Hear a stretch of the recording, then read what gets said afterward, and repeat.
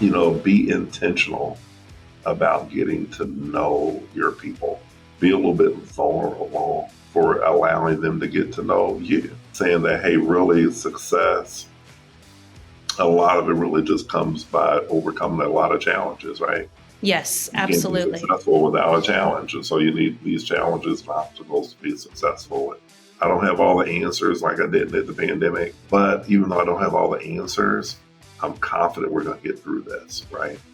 Hey there, friend. This is Stephanie Crevens, and you are listening to the Mid-Level Leaders Hot Mess Hotline, where we share seasoned executives and entrepreneurs' hot business messes so you can learn from their well-earned street cred. Today's episode is Gary Hobbs here in Indianapolis. He is a serial entrepreneur who has managed portfolios well over $100 million. And he is an entrepreneur, a former corporate executive with just an amazing portfolio of real estate, technology, education, and healthcare projects under his belt. He is going to tell us about a really hard business decision that he had to make because he was running a business that just wasn't true to who he was and wasn't what he loved. And so when he created focus for himself, he was able to create success in his business. Let's dig into this conversation, my friend. All right, Gary, I'd love to hear about your hot mess, sir. Well, of course, there's plenty of messes in my life, but the big hot one that I'd like to share today is about 7 years ago, Stephanie, here was a major kind of transition in our business, specifically on our construction business here, with shifting from a subcontractor to more of a construction manager and general contractor. And being a little bit more specifically, we BWI at a high level, we're a full service developer organization. So we do a lot of affordable and workforce housing since 2005. And then around 2010, I said, hey, man, what a great idea. Let me start an electrical contracting company. Right. I And sense some sarcasm in here. yeah, right. There is some, right? Because I just figured, well, I'm an electrical engineer by training. I deal with teeny tiny volts, and figure that atoms are atoms, and you just get bigger voltages, and I could be an electrical contractor. And I found out that it's completely different. I can barely change my own light bulb. But I can design a computer and TV, but can't change the light bulb, right? But that's no customers. But a lot of my engineering buddies and electrical contract, electrician buddies, they can relate to that, right? But regardless, I made that decision around 2010 to start an electrical contracting company, and actually paying off really, really well. I mean, we did really well, made a lot of money, had up to about 60 electricians at one point in time. And, wow. And things were, going fairly well, riding that curve upward. And the big hot mess was, what, I don't really like, that part of the business. The development business was growing pretty significantly as well at the same time. I really loved that part of the business development. Then we brought on property management. So life was pretty good. But the hot mess occurred when I started putting more attention to the part of the business I really loved. I was really passionate about on the development and construction side, and a little less on the electrical subcontracting, right? Running pipes and wires. And because we wasn't doing this just for our own projects, we were doing, most of it was for a lot of third-party work that we were doing for other general contractors and folks. Yeah. So it was it came eventually to a head where I had to make some decisions. That created a big hot mess for me because I love people, right? Yes. So I was very much attached to the people and the families that we were providing for. The people were just great people, but I wasn't attached to the type of business we're doing and the clients, right? Yes.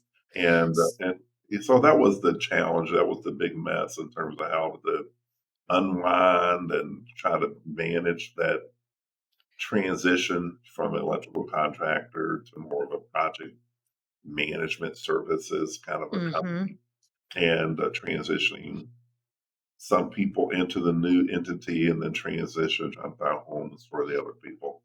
So it did create, and also our clients as well, Yes. how to work through that whole transition piece. And there were some things we did well, some things probably wish we could have did a little bit better, but it is what it is, right? It was Yes. that, but we made it through. You're still here I'm still today. living, I'm still smiling. So yeah. Yes. Yeah. And for my listeners, if you haven't met Gary yet, Gary has the best laugh in the world. Like every time we're together, it's just my goal to make him laugh because it makes me so happy. His happiness makes me happy. Question for you: this tension around I have a successful electrical contracting business and I don't love it, but man, all the numbers on paper and all the success criteria that we set out to create is happening, but I would imagine like there was something mentally, physically in your heart that felt conflicted because man, you're doing so well on electrical contracting, but you don't love it. You love development, construction management. What did that tension feel like for you personally as an owner and a leader? Yeah, I would say it was challenging. I mean, success is more than just money, right? Absolutely it So is. and I think that was part of the tension. It wasn't just the money part per se, because the reality is we had a lot of it was a roller coaster ride. And the swings between doing well and doing bad, they were pretty dramatic in that Oh, the subcontractor business, because it's kind of the nature of the business. You're kind of stuck in the middle, right? Between the owners and your general contractor, and then you got suppliers. mm-hmm. And most folks who are in that business, in the construction business, know what I'm talking about, right? That you're really funding the project for the owners, right, and the general Yes. contractors. Until they pay you on the back So they pay, end. right? So we Mm-hmm. have all the people. We're paying the people before we get paid, Oh, and it's just so there's stress already built into the structure of the industry. And then, once you start going to a certain level, then there's a little inherent stress here with just people issues, right? And people challenges. mm-hmm. You're just, you're dealing with hardworking, great people that may not necessarily have a lot of the professional training and education and so forth, even though they're super great people. But there's other challenges that we just had to deal with as well. Yes. So, and I'm used to that. Keep in mind, I love people, so that wasn't the conflict. It wasn't the people and those issues per se, but it was just the nature of the business, right? I mean, I didn't really have a lot of passion for are the pipes straight and the wires straight. Of course, and then the thought of somebody doing something, drinking on the job or whatever, and then they're getting Yes. electrocuted. And I'm hearing all these stories that could happen, and it was that daily stress of making sure that people at the end of their day they're going to be able to go back home safe and not electrocuted, right? Or Yes. broken bones falling off ladders or whatever it may be. Yeah. So that wasn't as appealing for me personally as opposed to developing affordable housing for single parents or for those that are homeless or, seniors that need assisted living care. I mean, that it wasn't as much passion behind it. Yes. And so, yeah, it was a conflict. Just was the reason that you mentioned. Love the people, but not necessarily the nature of the business. Yeah. Well, and tell me if I'm off base here, but what I hear there too is every entrepreneur has a tolerance for risk that they're willing to accept. And that business had a level of risk that you weren't willing to accept and didn't fulfill you.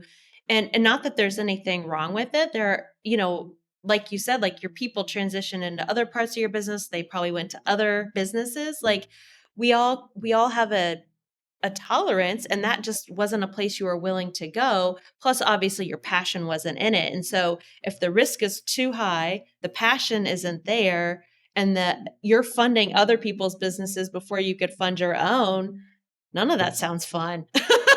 Right. No, you're right. Now, but interesting enough, in some cases, though, you can make enough money where, like you're saying, that you can Mm, tolerate it, right? yes, yes. Well, there were, several years in the process there where we made enough money where it was like, I think this is tolerable. You know what I Yeah. mean? It's painful, mentally painful and challenging here and there, but I can tolerate it. And then you have those down years where it's like, geez, I remember one year, I think the electricians made more money than I did, right? Issues, you bid it a little bit too low, and one little mistake, you got to redo, rework, and you get charged this and that. You want us to honor your commitments, and so you eat a lot of that cost, and that was certainly, to the other extreme of the risk tolerance. Is like I don't enjoy it. Plus, I lost money that particular year or whatever, and was like, geez, why am I doing that? And so we rode that curve. Great year, Yes. okay year, bad year, great year, great year, bad.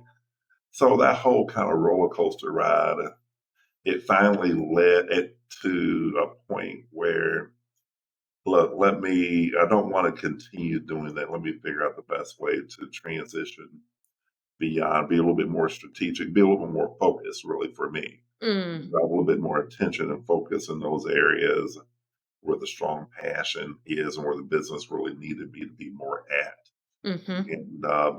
But working through that process, it took about a year and a half, Stephanie, to kind of work through the process. And I tell you, been, it's just been a blessing here for me physically, health Mm, wise, and mentally, health wise as well, and the people around me also. It's just been great. And, we've kind of recovered and, we got a little bit more stable, positive revenue and mm, profitability, more predictable. So it's worked out extremely well there for us. yes. That focus is always rewarded. Before we get into commercial break and come back and talk about, some of these benefits that you've discussed and what you've learned from that, walk us through what was that people transition like for you as a leader, as someone who cares so deeply about their people and their well-being? What steps did you take, both good and maybe not the best? I think the good part was just being transparent with people. Hey, this is the direction that we're going in. So it wasn't anything overly abrupt, but also being transparent as much as we could here with our clients. You know what I mean? So, we worked our hardest and then we did, finish out our projects and all of our obligations. And because you can imagine, if it were me as an employee or if I was an electrician, the direction is to shift over to more project management. And I was looking for folks here that wanted to be more of a superintendent, be more of an office person, Mm, as opposed to swinging hammers and running cable and, terminating circuits, right? yes. And so Well, I don't know what terminating circuits is, but let's just say yeah, yes. Yes. yeah, putting a plug in, there we go, putting an outlet in. Yes. Yeah. Yes. But or hanging ceiling fans or whatever. But bottom line is that there was a lot of people enjoyed that, and we need people like that, and I did at that time. And then the business began to shift where we didn't need as many. So there were some people that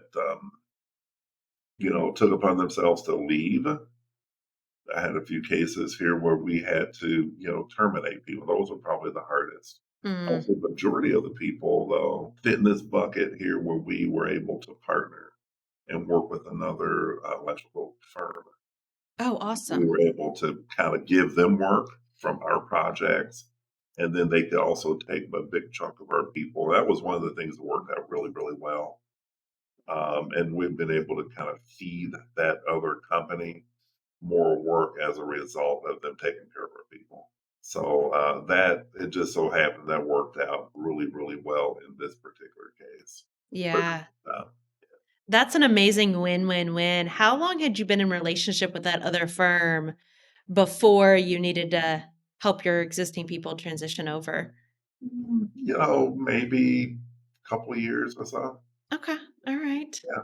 That's amazing. That's the good stuff. That, you know, when we talk about developing a business, there's this idea of the entrepreneur who does so much on their own. And it's just such a good reminder that I know you have an entire company built out at BWI, but even partnerships like that outside of our company, we need other people that while you were actively doing electrical contracting, they may have been quote unquote competitors, they became a collaborator, they became Yes. a resource, and I'm guessing they were unbelievably grateful for additional people as well. If Yes. the trade skills have been in dire need of people for decades now. So You're right. You're right. It was mutually beneficial on both sides, and but there were some people that obviously they didn't want, some they did, and but so each individual situation was somewhat unique. But overall, the majority of the folks, we were able to find them a really good home, and I'm happy there for that piece. yeah, So that worked out well. I think there were some people that liked our culture and what we were doing, and maybe had wanted to stay and keep doing what we were doing. So I know there was a few that were disappointed with that as well. sure. And the other piece too, especially being a minority-owned business or having minority-owned businesses, there was a need there for the minority electrical contractors. Mm, And so that kind of tugged on me there as well because I know there's a need in the industry. And unfortunately, there's been a lot of women in minority owned businesses that have not lasted for the long haul. mm-hmm. And so being a part of that statistic, maybe for a slightly different reason, but still that's part of that statistic where, you know, I didn't and wasn't able or chose not to continue that piece of it. Yes. But it is what it is. There's reasons for it, but those are some of the other things that kind of affected me in my psyche, if you will, and thinking process in terms of dealing with that hot mess. Yeah, gosh, I could see that. It's that big picture, like value-based problem you were trying to solve. You had to let go of a piece of it in order to amplify what was happening in Right. your existing company. Absolutely. Yes. The other piece of it too, I think, was interesting. I know I joke about, hey, I'm an electrical engineer, but not an electrician. But at the end of it, I still enjoy electrical engineering stuff. Uh-huh. Development is mostly finance and legal stuff. Let's just keep it real. Yeah, we're putting up big buildings. Our part, the heart and guts of it is how do you package the financial capital stack, and then how do you make sure you cover with contracts and all this other good legal Yes. stuff. But I have been very fortunate to still bring in some technology components to our business to keep that appetite for needing techie stuff involved. And so we've been doing some really cool things like with apps on our projects and solar. We got big net zero solar applications on some of our multifamily projects and doing some things with shared ride programs with hybrid vehicles and tying that into technology. And so it keeps the fun alive. And now EV charging stations. And so it's been real interesting because we still got several of those electrical project managers in the former. We still got several of those people on staff. And so it's made it fun for them too to be kind of running some of these projects as a contractor, general contractor that has a technology component to it. So it's been pretty cool. Yeah, that is awesome. You get to bring in some of your loves there. Quick Yeah. story, and then we'll go to break and we'll come back and say, all right, how has Gary been different as a leader because of this huge transition? I'm just laughing. You say, I'm an electrical engineer and I can't change a light bulb. My father-in-law is also an electrical engineer, and he called us one time, and his front porch light that he installed himself had caught on fire, and he had to call an electrician to replace it. Oh, wow. I Oh, know. I feel so bad. No. It takes all the skill sets to bring a building to life. Yes, indeed. All right, we'll take a break and we'll come right back and we'll talk about the focus, the growth opportunities, because you willingly engaged in something very difficult. Absolutely. All right, well, we take a quick break from this amazing conversation today. I want to share with you a new tool that I have for you. I think that there's a myth in our workplaces, or let me say this, I know there's a myth in our workplaces that meetings have to suck, and I don't believe that whatsoever. By all accounts, our time in meetings have doubled, if not more, since the start of the pandemic. And this time with your colleagues should not be a waste of time. It should be the most valuable. So if you're looking for more resources to lead meetings that are productive, powerful, impactful, and have everyone participating, get over to my website at stephaniecrevens.com/lead kick-ass meetings and get some new tools so that when you leave a meeting with your colleagues, you're not left going, what the actual F was that? You're going, yes, we're going to take on the world together. Let's get this done, because it was an unbelievably powerful meeting. Those tools are out there for you, my friends, and they're on my website today, stephaniecrevens.com/lead kick-ass meetings. Now, let's get back into that conversation. So, Gary, you said this was 7 years ago and took you a bit to transition out. You didn't want to make any abrupt moves. You fulfilled your obligations to your clients, to your people. Does not surprise me a bit, that level of integrity that you have. What has been different for you as a leader because you were willing to engage with that hard wrestle of what do I really want my businesses to be, and you chose focus? What's been different for you because you did that? What's been different for me? That's a good question. I mean, we always have, and most entrepreneurs can attest to this, we always have new challenges, right? There's always New ideas and new challenges. new challenges, new messes, right? Yes. But I think Yes. what it did, it created some confidence, maybe that's a decent word, that, Mm, okay, you know what? I overcame that challenge. Okay, we can overcome the next challenge, right? Been in business now for so long and been out of corporate America since 2000, geez, five essentially.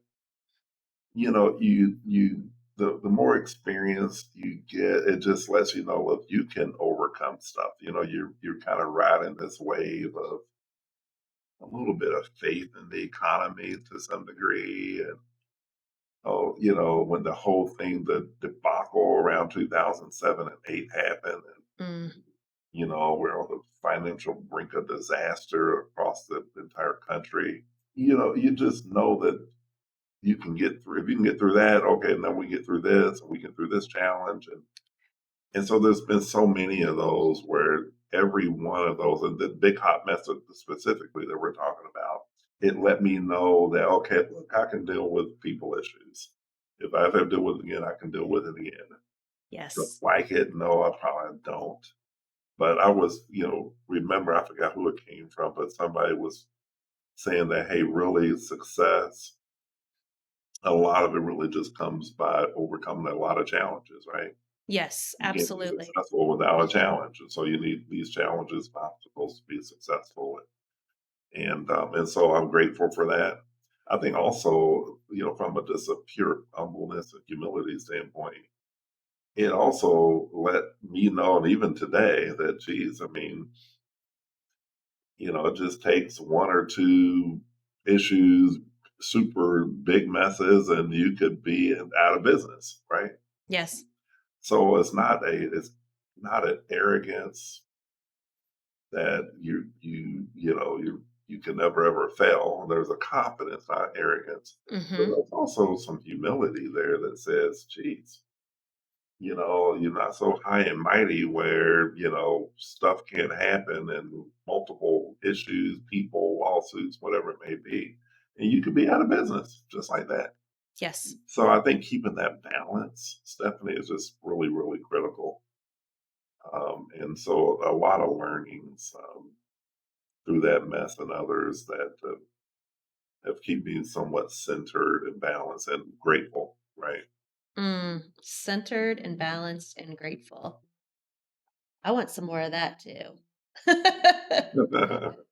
One of the things that I believe, and I'm going to go back to March 2020, right? The pandemic's hitting. A lot of folks are like, oh my gosh, the sky is falling. We got to get everybody home within the week.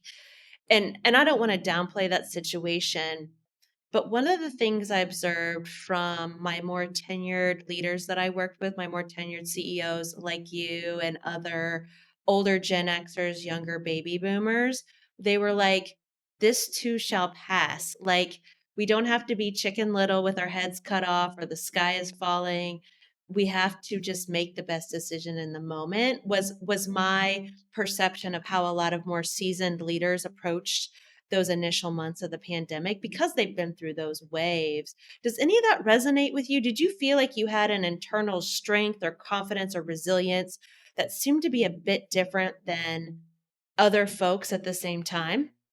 Yeah, during the whole pandemic piece, I don't know a lot about what too many other people did, you know, just because we were so shut off, from the physical contact. Mm, But, I would say that there was a calmness and a peace about it. I would have to admit that, the PPP funds, certainly, that was just a good move, by the government, and yes. did it pretty early on that created some calmness too there, right? Oh, yes. Yes. Now, it's certainly for the businesses that had the financial um, documentation in order, certainly create a lot more calmness for those businesses as opposed to the ones who didn't have any documentation and couldn't really access the PP funds quick enough. Yes. But I think that was just a good move that assisted in calmness. But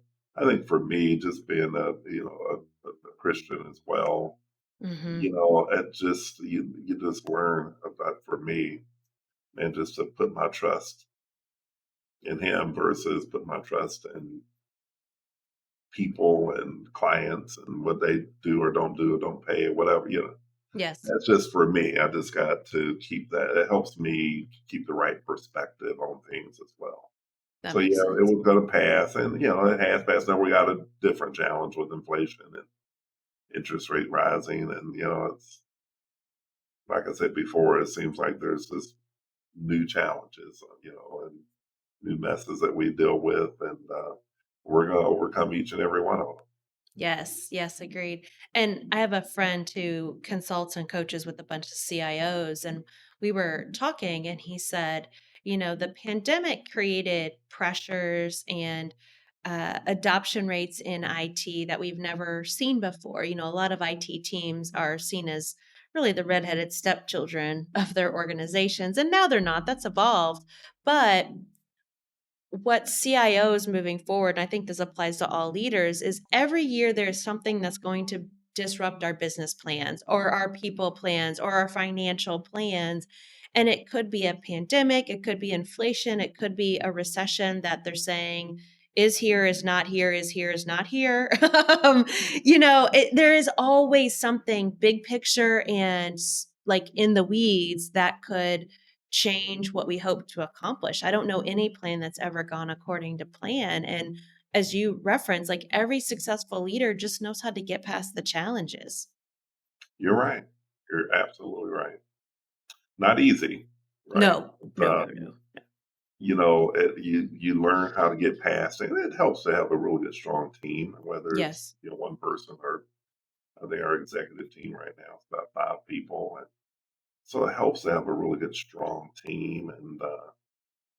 And that was one thing that I really appreciated going back to the pandemic because I got sick really bad very early in the pandemic. Mm. And so that was difficult. And my best friend brother, he died while I was sick, Oh, like in March, April, about April timeframe of 2020. So that was really difficult. But I tell you, that wouldn't really, have me to really think a lot about what's really important in life. yes. And I was out for at least a couple of weeks, and I had a great.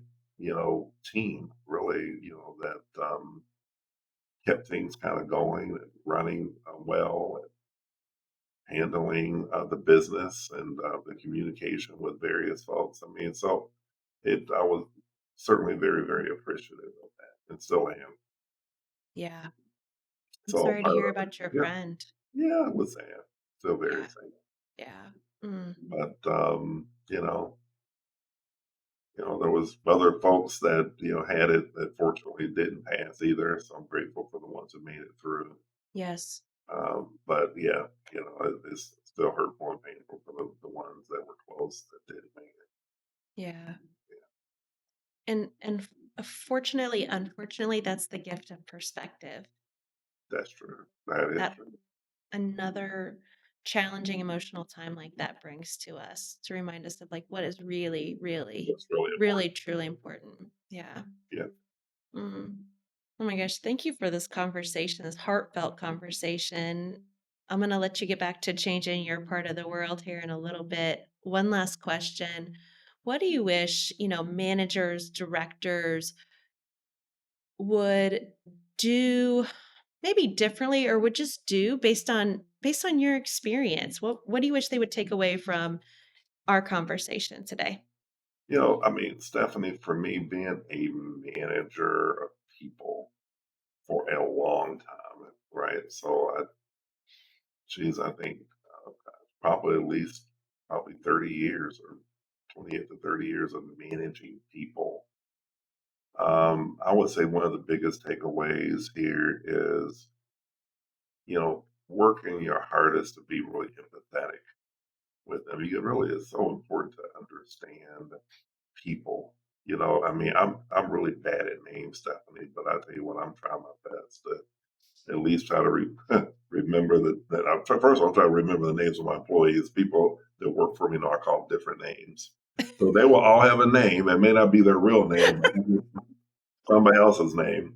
But I know that goes counter what I'm really trying to say, which is know your people, be empathetic, learn their names, but even beyond them, their kids' names. And as an engineer, I have to work really, really hard at that. That does not come Yes, yeah. to me. So for those managers and leaders where it doesn't come natural, be intentional about getting to know your people. Mhm. Right?